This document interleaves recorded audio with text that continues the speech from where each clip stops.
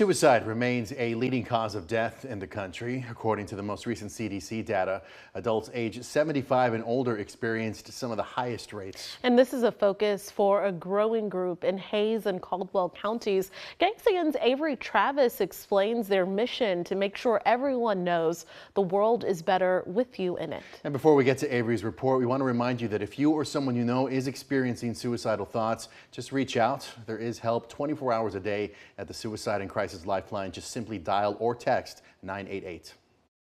A small group. How many people are there at the table? Trying to make a big impact out in their community. Just knowing that number, knowing that phone line exists. Meeting inside a Kyle Senior Living facility. Hearing somebody going through similar struggles is everything. Jewel Jenkins founded the Hays-Caldwell Suicide Prevention Coalition to help people who are struggling. But she says it's especially important for members of the silent generation. It's something that a lot of people don't think about for this age group. Recent data shows a rise in suicides among older adults. The CDC tracked an 8% increase among people 65 and older in 2022. At the same time, suicides declined by more than 8% among younger people, ages 10 to 24. According to the National Council on Aging, while older people represent less than 17% of the U.S. population, they represent 22% of the country's suicides.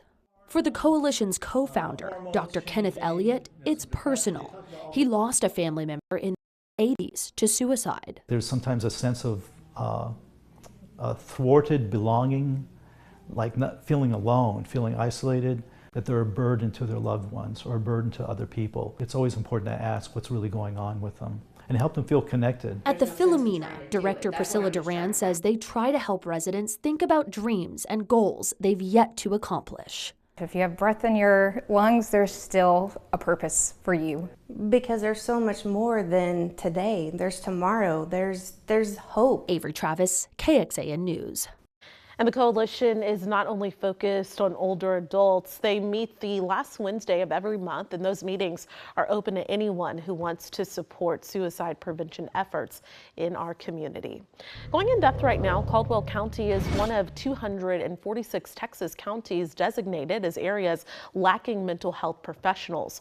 Rural counties such as Caldwell are seeing a dire effect as some regions may only have one or no mental health professionals. A 2023 report by the Health Professions Resource Center shows it isn't necessarily a problem of a decreasing mental health workforce. The mental health profession is growing, but it isn't distributed evenly across the Lone Star State.